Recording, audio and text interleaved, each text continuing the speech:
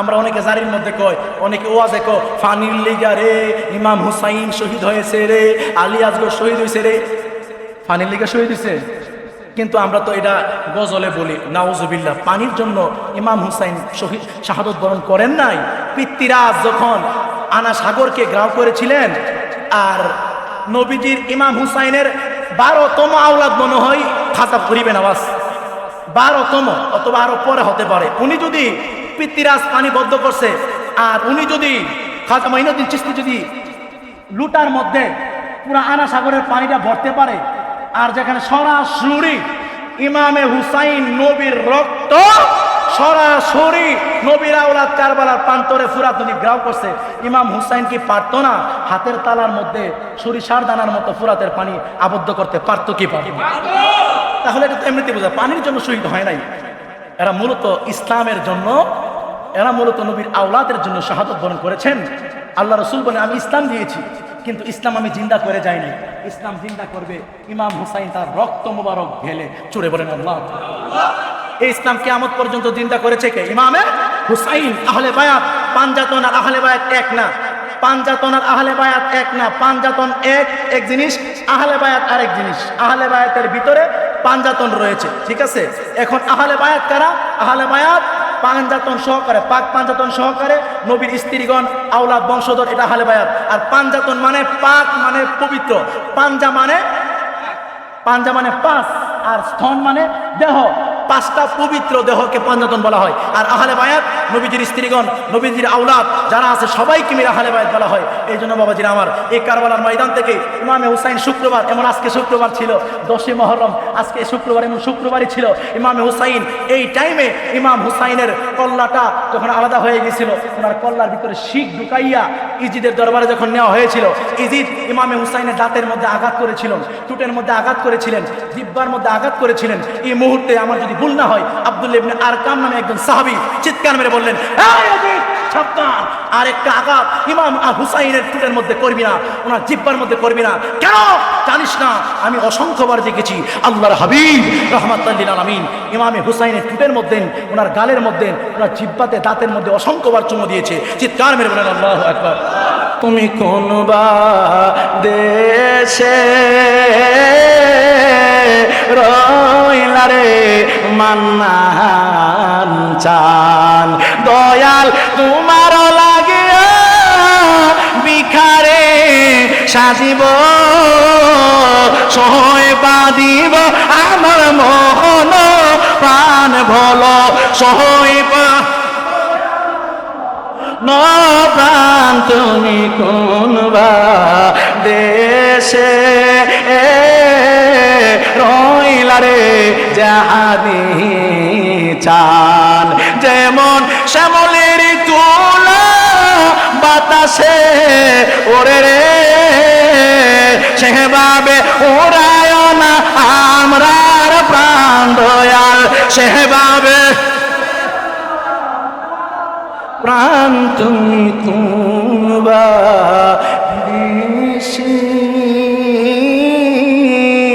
রইলা রে আসে তুমি কোনবা দেশে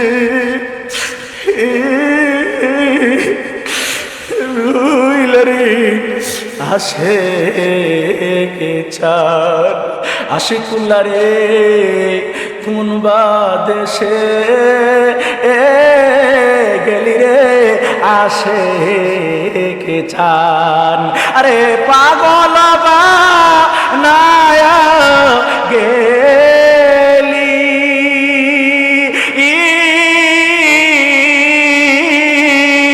কলঙ্কিনী আমি রে হইলাম, আশেক রে কি পাগল বা না রে গেলি, আশেক নূরে মদিনা দরবারের পাগল তোমায় খোঁজে। কথা কন্যা ঠিক না বেঠি? কোন দেশে গেছে রে, কোন জায়গায় গেছে গো, এমন একটা জায়গায় গেছে রে যেই জায়গায় গেলে কোনো খবর পাওয়া যায় না, যেখানে গেলে আর ফিরে আসা যায় না। নূরে মদিনা গাউসিয়া দরবারের বাবা আমার পায়ে হাত দিয়ে আমি লোকমান হোসেন বিজয়ী নগরী আপনাদেরকে বইলা দিয়ে যায়, এটা হচ্ছে মুহররমের চাঁদ, এটা হচ্ছে মুহররমের মাস।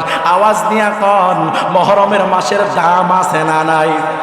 আরো আওয়াজ দিয়া কোন দাম আছে না নাই? ও আমার আশিকিন জাকিরিন মুহিবিন বাবা জিরা রে,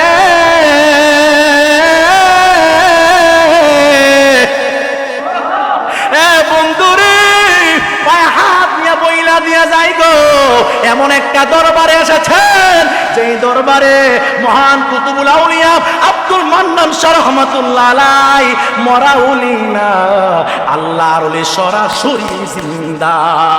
হাত তুলে কন্যা ঠিক না বেঠি? এ যুবকের দল হাত নিয়ে বইলা নিয়ে যাই গো আল্লাহর ওলির মাজারে যদি চুক্তা বন্ধ কইরা মুরাকাবার হালতে গিয়া মান্নান শাহর কলবের সাথে তোমার কলবের রাগারটা লাগাইয়া দিতে পারো গো, তুমি দেখবা মান্নান শাহ মাজারের ভিতরে নয়, তোমার কলবের ভিতরে মান্নান শাহ বৈশা গেছে। এই জন্য যুবক পায়ে হাত দিয়ে বইলা দিয়া যায় গো আমার ভাই পীরজাদা মুফতি রেদওয়ান আহমেদ ভাইকে বলছিলাম, ভাই গলাটা বালা না। আমার ভাই আমার পিঠের মধ্যে মর দিয়া কইছে গলা ভালো হইয়া যাইব। এখন এতক্ষণ চিল্লি দেওয়ার পরে আমি কখনো ভাবি নাই সুর দিয়ে কথা বলতে পারবো, কিন্তু দেখলাম আল্লাহর ওলিদের ছোঁয়া, আওলাদে ওলিদের ছোঁয়া লাগলে নরম জিনিস গরম হয়ে যায়। কথা কোন না ঠিক না বেঠি? এই জন্য যুবক পাহাড় দিয়া বইলা দিয়া যায় মুহররম মাস, কারবালার মাঠ ব্যতিক্রম কিছু কথা বলে বিদায় নিয়ে যাব যুবক। ওই কারবালার প্রান্তর ইমাম হুসাইন রাদিয়াল্লাহু তাআলা আনহু যখন যুদ্ধের মধ্যে শুরু হয়ে গেল, এরই ফাঁক দিয়ে একদিক দিয়া এলাকার পাশে কারবালার প্রান্তরের পাশে একটা এলাকা, ওই এলাকার ভিতরে একজন মহিলা ছিল, যে মহিলাটা ছিল গো রাহমাতাল লিল আলামিনের প্রেমিক, হুসাইনের প্রেমিক। ওই মহিলাটা চোখের পানি পালা পালা কান্দে, চোখের পানি পালা পালা কান্দে গো। এবার সন্তান ডাক দিয়া কয় আম্মা গো, আওয়াজ দিয়ে বলতে হবে আল্লাহু আকবার, আর জোরে বলো আল্লাহু আকবার, আর জোরে বলো আল্লাহু আকবার। আম্মা তুমি কাঁদো কেন? মা কো আমি কি রে কাঁদি, তোরে কইলে কামিব? বাবা তুমি বিয়ে করছো মাত্র 17 দিন হইছে, তোমারে কি আমার কাহিনী কইলে কামিব? কো না কাজ হইব।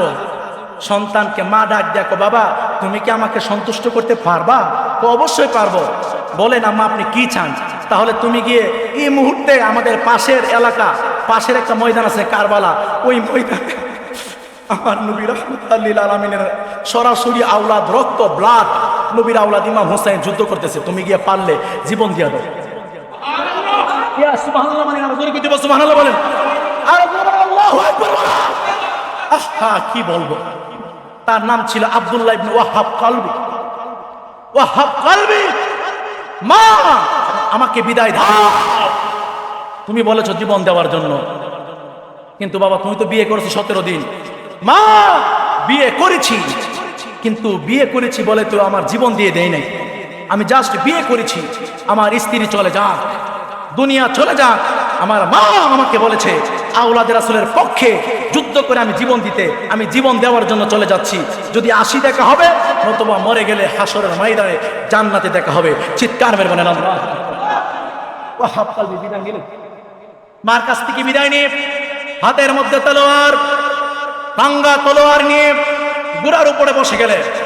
বসে যাওয়ার পরে যেমন 17 থেকে 18 বছরের যুবক পালোয়ান ঘোড়ার উপরে বসে পাগড়িটা মাথায় পরে, মা যে জায়গায় মা মর দিয়া দিচ্ছে, যাও তোমার আল্লাহর হাওলা, মা যদি মর দিয়া দে, মা যদি দোয়া করে দে, সুবহানাল্লাহ কোনা গেলি।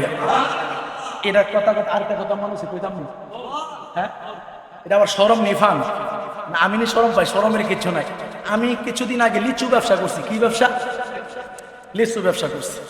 এমন ব্যবসা করা করছি করে দেশে বিদেশে, আর খুলতে দেখছে না আলি অক্ষরে লুঙ্গি দিয়ে আমার সালা দিলে গাছে উঠে ব্যবসা করলে করার মতো করতে, কথা ঠিক না বেটি, আধা সাদা করে লাভ, ঠিক না? এখন লিচু ব্যবসা করছি, এখন দেশে বিদেশে কাতার আমেরিকা লন্ডন যত জায়গা থেকে আছে ফোন, আর আমি নেওয়ার পরে লিচু নিয়ে বাইক দিয়ে হুজুর দিই, আরে লিচু লিয়া দিই হুজুর বাইক, কতবারই ফানি যে হাইছি ভাই এই লিচু লিয়া গিয়া, আর কত মানুষ যে আশ্চর্য হয়েছে। আমি কই আমি যদি গরম বইয়া তাই আমার কেউ একটা ট্যাবলেট দিবেন, আপনি যে অসুস্থ জানুন কেমন, আমি কই জানলো যাইতেন না, গেলেও টিহা লাগবে, তো যতক্ষণ সুস্থ আছি কামাই করে যায় হালাল ভাবে, কথা কোন ঠিক না বেঠিক। এই লিচুলিয়া 70 ফুটে দইরা হেমাদা অক্টরে বৈরব পর্যন্ত হেমাদা কসবা শুধু আয়ত্ত আছে আর কি, বেশি দূরে যেতে পারতাম না। তো অনলাইন নাই, অনলাইন সিস্টেম করতে কুরিয়ার সার্ভিস দিয়েছি না, যতটুকু পারছি হাতের নাগালে। তো গাছ রাখছি, গাছ রাইখা লিচু বিক্রি করলাম 2.5 মাস। রাতকালা মশার কামড়, একখানটা মশা তার বাদে আর খানটা বাদরে লিচু লইয়া দূর মারে। এমন না যে কামড় দিয়া তৈয়া জায়গা, কামড় দিয়ে লিচুটা লইয়া এটা 2টা টুকরা দিয়া ফালাই আবার নতুন আরেকখানে, এমন না যে এটা হায় ফের বসছে আবার নিতাম না, এর কাম হচ্ছে নষ্ট করুন। টোটালি আমার প্রায় 10 থেকে 15,000 টাকা লিচু নষ্ট করছে। এরপর আলহামদুলিল্লাহ কোনো দাবি নাই। যাক, এই লিচু ব্যবসা করতে গিয়ে আমার পূর্বে যারা এই গাছে ব্যবসা করছে, আমার আল্লাহ 2টা মেয়ে দিছে আলহামদুলিল্লাহ। 2টা মেয়ে আল্লাহ তাআলা আমাকে দান করছে।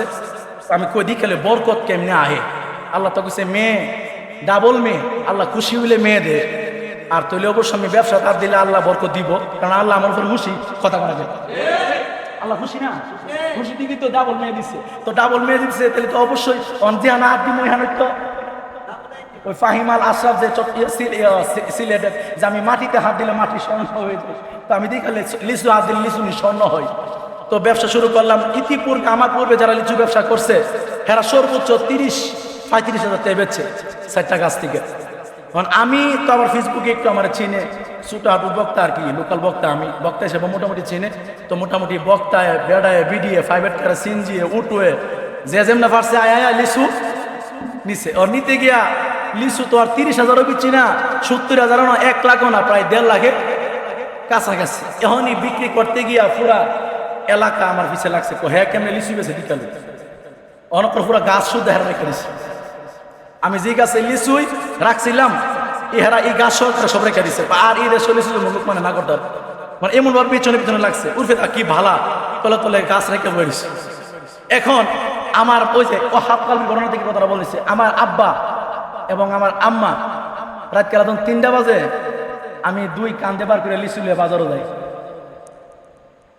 এ সময় কেউ দেখবো রাত পয়তে পয়তে লিচু চাই ফেরি 5,000 10,000 টাকা তো নগদ, বুঝেন না কি একটা গরম অবস্থা। তো এখন লিচু যখন বিক্রি শেষ, আমার গাছও নিচে গা, আমার আর লিচু গাছ এখন নাই। আমার আম্মা আমার ফিডার একটু মদ দিচ্ছে, সুবহানাল্লাহ গনা গেলেন, সুবহানাল্লাহ কইলেন, বোঝা গেছে এটা সুবহানাল্লাহ কোন লাগবে, আরো জোরে কোন সুবহানাল্লাহ। আব্বা এবং আম্মা আমার 2টা মদ দেয়া কইছে, তুই যদি প্রথম আসমানের উপরে গিয়ে লিচু গাছ রাখস তোর লিচু বাহি থাকতো না, আরো সবার আগে ওই আরো 15-20 দিন আগে তোর লিচু বিক্রি শেষ হয়ে যাবো। এরপর আমার ভিতরে একটা স্পিড আইসিনি, মাশাআল্লাহ দিলে হন আবার 3 লাখ টাকার গাছ অন্যান্য রাখছে। মারহাবা কোনা করে, ব্যবসা চলবে না বন্ধ হবে? ব্যবসা কি হালাল না হারাম? আহাল্লাহুল বাইয়া ওয়া হারামার রিবা। আল্লাহ বলেন ব্যবসাকে আমি হালাল করেছি, করলে বরকত। 100-100-র মধ্যে 90 ভাগ বরকত আল্লাহ ব্যবসা দিয়েছে, বুঝছেন? 100-র ভিতরে 90 ভাগ বরকত আল্লাহ ব্যবসা দিয়েছেন। আর সুদ হারাম, আর এই সুদ আমাদের সমাজে আছে না নাই? ও হাফ কালবি ময়দানে যাবে, মা বলতেছে যাও, তুমি যদি যুদ্ধের ময়দানে হুসাইনের পক্ষ নিয়ে যুদ্ধ করে শহীদ হয়ে যাও তাহলে আমি তোমার উপর সন্তুষ্ট হব। সুবহানাল্লাহ। মা বলছে যুদ্ধ করে শহীদ হয়ে গেলে আমি সন্তুষ্ট হব। চলে গেলেন, যুদ্ধ শুরু হয়ে গেল। 20 বছরের যুবক 17 দিনের বুড়া ফালাই গেছে, যাবেন নি? অত সোজা না, অত সোজা না, অত সোজা না। ইসলাম জিন্দা হোতা হে হার কারবালাকে বাপ। 17 দিন এসে বিয়ে করছে, মার কথায় বউ রেখে গেছে, নতুন বুড়া গড় ফালাই গেছে ইমাম হুসাইনের পক্ষে যুদ্ধ করার জন্য। যুদ্ধ করতে করতে একটু ক্লান্ত হয়ে গেছে, ক্লান্ত হয়েছে মানে জিভ পানি শুকাতে শুকাতে জিভ বা আগা পর্যন্ত এসে পড়ছে। ওখানে আর মুখ লড়ে না, শরীর লড়ে না, স্তব্ধ। ঘোড়াটা দূরাইয়া কারবালার পাশের এলাকা দূরাইয়া মার কাছে গেছে, আম্মা আম্মা আম্মা আম্মা আমি খুব ক্লান্ত, আম্মা গো আমি খুব ক্লান্ত, আমার একটা ফোঁটা পানি দেন না, যদি পানি দেন দেখবেন কারবালার মধ্যে অর্ধেকটা ক্ষমণ করে এলাম। এবার মা ডাক দিয়া কই, এখন এই কথাটা শোনার পরে সুবহানাল্লাহ জোরে কই দিব, যদি জোরে না কন তাহলে হ্যাঁ যদি জোরে না বলেন তাহলে বুঝবো আমি কষ্ট পাবো আর বয়ানটা জায়গা মতো হতো না। মা ডাক দিয়া কয়, তুমি যে পানি খাইতে আইছো, তুমি কি জানো না কারবালার প্রান্তরে আজকে 3 দিন 4 দিন হয়ে গেছে নবীর আওলাদ ছোট কুচি বাচ্চা পর্যন্ত 1 ফোঁটা পানি পাচ্ছে না? তুমি কি জানো না তোমাকে কিভাবে পানি দেবো? ঘরে পানি আছে, খেতে পারো, ফ্রেশ পানি আছে, কিন্তু তোমার পানি দিলে হুসাইন হাসরের ময়দানে আমার প্রশ্ন করে, এই তুই আওলাদ রাসূলকে ভালোবাসতি, তোর সন্তান পানি চাইছে, আর আমার সন্তান আলী আসগর পানির জন্য মায়ের বুক শুকিয়ে গেছে, দুধ পাচ্ছে না, আর তুমি তোমার ছেলেদের পানি খাওয়াইছো, আমি কেমনে পারম বাবা? আচ্ছা তাহলে মা, আমি যে যুদ্ধ করে আইছি, তুমি সন্তুষ্ট হইছো নি? তুমি কি এখনো শহীদ হও নাই? তুমি যখন শহীদ হবা আর এই সংবাদ যখন আমি কানে শুনবো, তখনই মনে করবা আমি মা তোমার উপরে সন্তুষ্ট হয়ে গেছি। ওয়াহাব কালবি দেরি করলেন না, রওনা এই ফাঁক দিয়া বউ এভাবে ব্যারিকেড দিছে বুড়ার সামনে। সুবহানাল্লাহ, আসতে না জুড়ে। আবার বউ সামনে এসে ব্যারিকেড দিছে, ব্যারিকেড ডাক দিয়া কই, স্বামী হে, আপনি যাচ্ছেন, আপনি কি আমার উপরে একটা দাবি নাই? আমারে বিয়ে করছেন, আমার সাথে আপনি সংসার করেছেন, আমার কি একটু দাবি না আপনার প্রতি? আপনি আমাকে না বলে চলে যাচ্ছেন। স্ত্রী চলে যাও, মা হুকুম দিয়েছে আওলাদ রাসূলের পক্ষে আমাকে যুদ্ধ করে কারবালার ময়দানে আমি শাহাদাত বরণ করব, এটাই আমার উদ্দেশ্য, এটাই আমার হিম্মত। নবীর পক্ষে, ওলি আল্লাহর পক্ষে, আওলাদ রাসূলের পক্ষে যুদ্ধ করার জন্য আমার শরীরের রক্তের মধ্যে জজবা উঠে গেছে। হাত তুলে বলো সুবহানাল্লাহ। আল্লাহ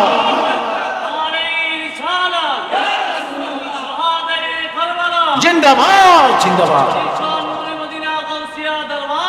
জিন্দাবাদ, জিন্দাবাদ, জিন্দাবাদ। মারহাবা গান, আর জোরে গান, মারহাবা গান।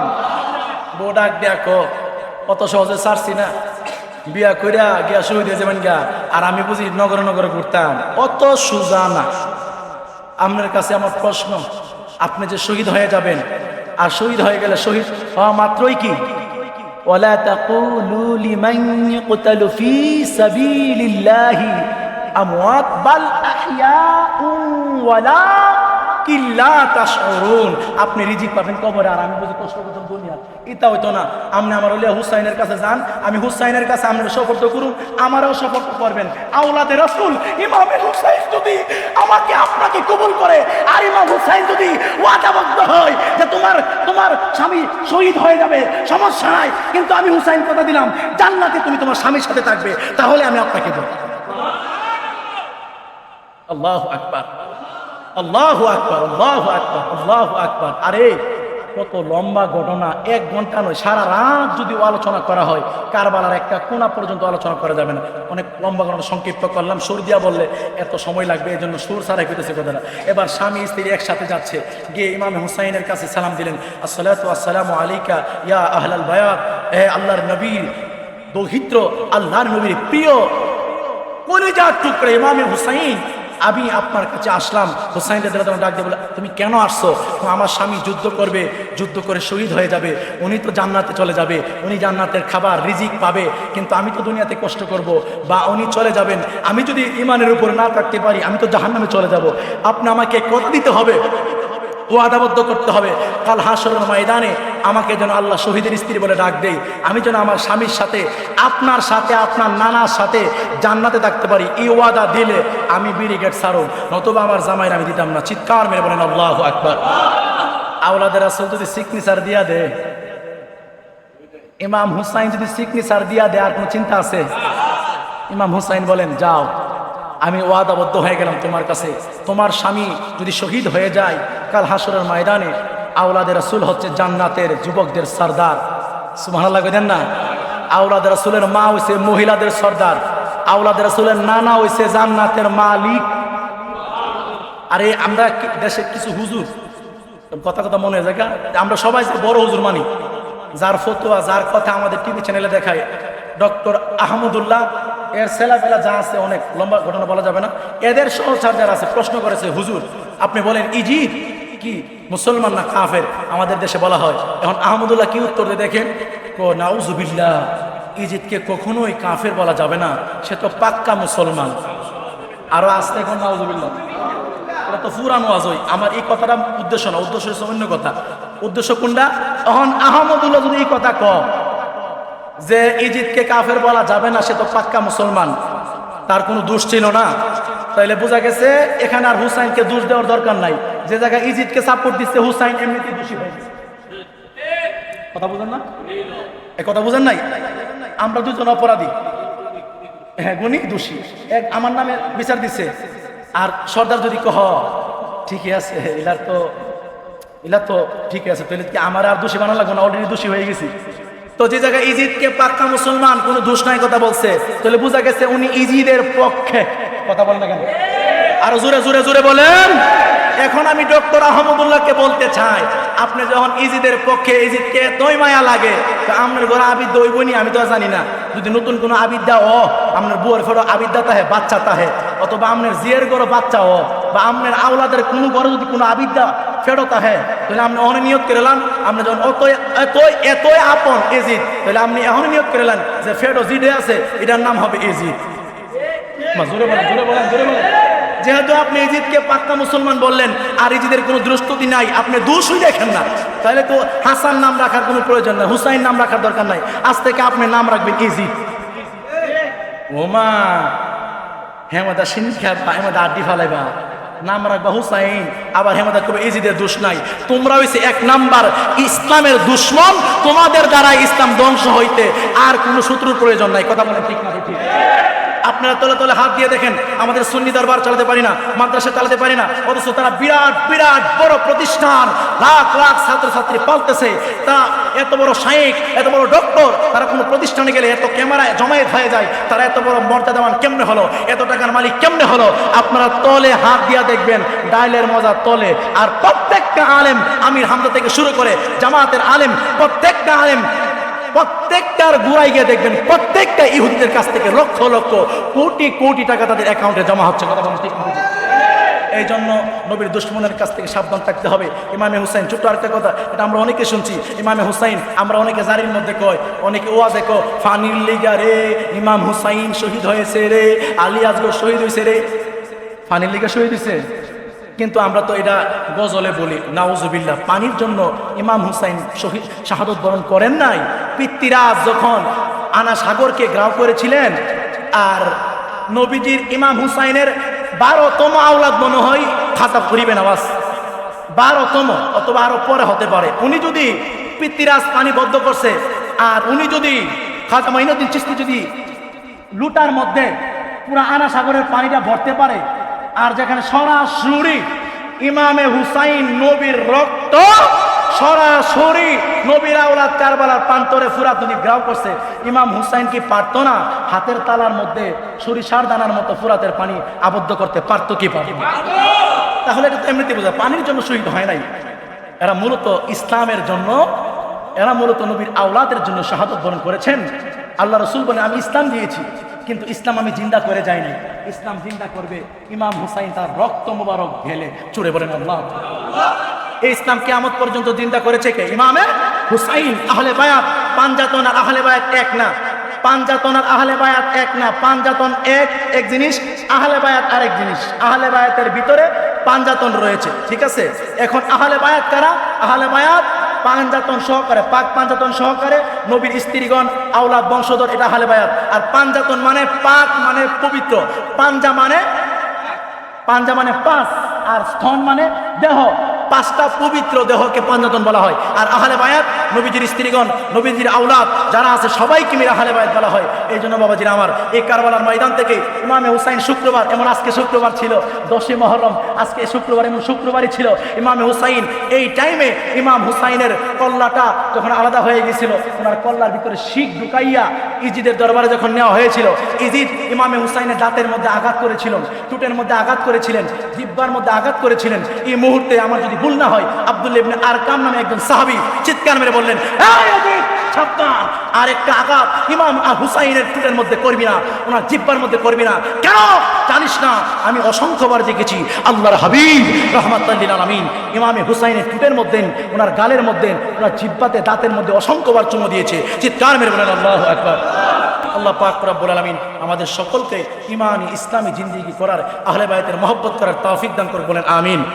গতকাল ওই বিতলং আমাদের একজন পীর ভাইয়ের বাড়ি, ওইখানে যদি ওনার মাহফিল না, মাহফিলটা ছিল পাশের এলাকা, প্রায় 2.5 ঘন্টার উপরে চিল্লাইয়া বয়ান। আর মাইক তো বুঝুন, 4.5 ফানি বালা মাইক পাইব কই, এই নর্মাল মাইক দিয়ে লাস্টে আলোচনা করতেছে। আজকে আলোচনা করার কোনো মুড নেই, ছিল না। ওইখান থেকে রোজা রাইখা 2টা 12:50 1টা বাজে মসজিদ হয়েছি, মুসল্লি বইরা গেছে গা। ওকে আমরা হুজুর কই, মুসল্লির তুই গোসল করছি, গোসল কইরা এই রোজা রাখা অবস্থায় আজকে রোজাও রাখছি, খুব ক্লান্ত হয়ে গেছি। তারপরে ফিসা হুজুর কইছে ইফতার করতেও। আমি তো আমার মনে বাড়িতেছে, আমি তো পারতাম না ইফতার করতাম, কারণ দাওয়াত আজকে প্রায় 8 থেকে 10টা দাওয়াত। জুমার পর দাওয়াত খাওয়া শুরু করি, এই দাওয়াত এসার পর্যন্ত শেষ হইতো না। এখন এই দাওয়াত কেমনে কভার করুন? আবার ফিসা হুজুর বলছে, বাজানে বলছে মাগরিবের সময় উপস্থিত থাকতে হইব, এমন ভাবে কইছে মানে কেরাবারা লাগাই দিছে। উপস্থিত না হইলে যেমন দেখা গেছে বিপদ পিছিয়ে আছে। তখন আবার যারা গাড়ি ঠিক করছি হেরো আবার আগে দাঁড়িয়ে পড়ছে। তখন কেমনে আমু? তখন 3 জন মিললে একটা গাড়ি রিজার্ভ করছে, বুঝছেন? তখন ভাবলাম যাক ইফতার না করতারি, এশারের পরে গিয়া তো হাজিরা দিলে বিপদ তো কাটবো। যাই হোক, আল্লাহর ওলিদের সাথে বেয়াদবি করা যাবে না, আল্লাহর ওলিদের সহবত থাকতে হবে। আল্লাহর ওলিরা আল বেলায়েতু জিল্লুন নবুয়ত, নবুয়তরা হচ্ছে বেলায়েতের ছায়া। এই জন্য ওলি আল্লাহর সহবতে থাকতে হবে, ওলি আল্লাহকে মহব্বত করতে হবে। আল্লাহর ওলিগণ কবরের ভিতরে, মাজারের ভিতরে জিন্দা আছে, তাদেরকে ডাক দিলে জবাব দেয়। ওনাদের কাছে চাইলে, ওনাদের কাছে চাওয়ার মতো চাইলে ওনারা আল্লাহর কাছে সুপারিশ করে। আপনার এটা মঞ্জুর করার ক্ষমতা ওলি আল্লাহর আছে না নাই? আল্লাহ পাক রব্বুল আলামিন আমাদের সবাইকে ওলি আল্লাহর সহবতে মহব্বতে থাকার তৌফিক দান করে, বলেন আমিন। আমি একজন লোকমান যদি দরবারে না আসি, আমি লোকমান হোসেন বিজয়নগরী, আমার মতন একজন বক্তা, আমার মতন না খান্দা, না লায়েক, মূর্খ, আমার মতো গর্দব এমন মুরিদ যদি দরবারে না আসি, কিয়ামত পর্যন্ত দরবার থাকবে। কথা কোন ঠিক না বেঠিক? কিন্তু তুমি এনে চলে গেলে, তুমি এনে চলে গেলে। পেশা হুজুর একটা কথাই বলছিলেন, এত বড় পাহাড়, ওই পাহাড় থেকে যদি একটা পাথর নিচে পড়ে যায়, পাহাড়ের কিছু হবে না, পাথরের কিছু হবে। কথা কোন ঠিক না বেঠিক? পানি যখন আকাশ থেকে পড়ে, এই পানিটা পাহাড়ে জমা থাকে না, এই পানিটা গর্তে জমা হয়। এই জন্য মনে রাখবেন, যাদের মধ্যে আদব আছে, বিনয় আছে, নম্রতা আছে, অটোমেটিকলি তার ভিতরে বেলায়াত জমা হবে। চিৎকার মেরে বলেন আল্লাহু আকবার। আল্লাহ পাক রব্বুল আলামিন আমাদের সকলকে কারবালার সহবত, কারবালার মহব্বত, ঈমান ইসলামের উপরে থাকার তৌফিক দান করুক। আমি কি কষ্ট দিয়ে ফেলেছি? আমার অসমাপ্ত আলোচনা এখানে সমাপ্ত করলাম। আমার জন্য দোয়া করবেন। আমি বক্তাও না, ফিরসাবো না, খলিফাও না। আমি আমার বাজান দিয়ে কইছি, আমার বাজান খেলাফত লাগতো না। আমার মা আমার বাপে কইছে আমি বিলে এটা উপযুক্ত না। আমার আম্মা ডাইরেক্ট কইছে, তুমি পেশা হুজুরের বলবা যে ওই দরবারে আমি গোলাম হয়ে থাকতে চাই, আমার খেলাফতের দরকার নাই। এইবার তোমার দ্বারা হয়তো না, আম্মা স্বপ্নে দেখছে, আব্বাও না করছে, খেলাফতের দরকার নাই, ওই দরবারে গোলাম কুকুর হয়ে থাকো। তোমার এইটা তোমার যোগ্য না। আর তোমার বক্তব্য থাকলে ফোনটা না করো যে তোমরা বালা জায়গা দীক্ষা, ভালো অবস্থান দিকে তোমরা চলে যাও। আমি এই রিস্ক তুমি নিতে পারবা না। যদি একটা মরিদ করো, আমার মা কইছে একটা মরিদ যদি তুমি করো, কাল হাসরের ময়দানে তোমার বিরুদ্ধে আল্লাহর দরবারে মামলা করব। আমার মা বড় করা, আমার মা বড় করা, ডাইরেক্ট আমার মা নিষেধ। এই জন্য আমার ওই দিন থেকে স্টপ হয়ে গেছে। আজকে 1 বছর আগে থেকে আমার স্টপ হয়ে গেছে।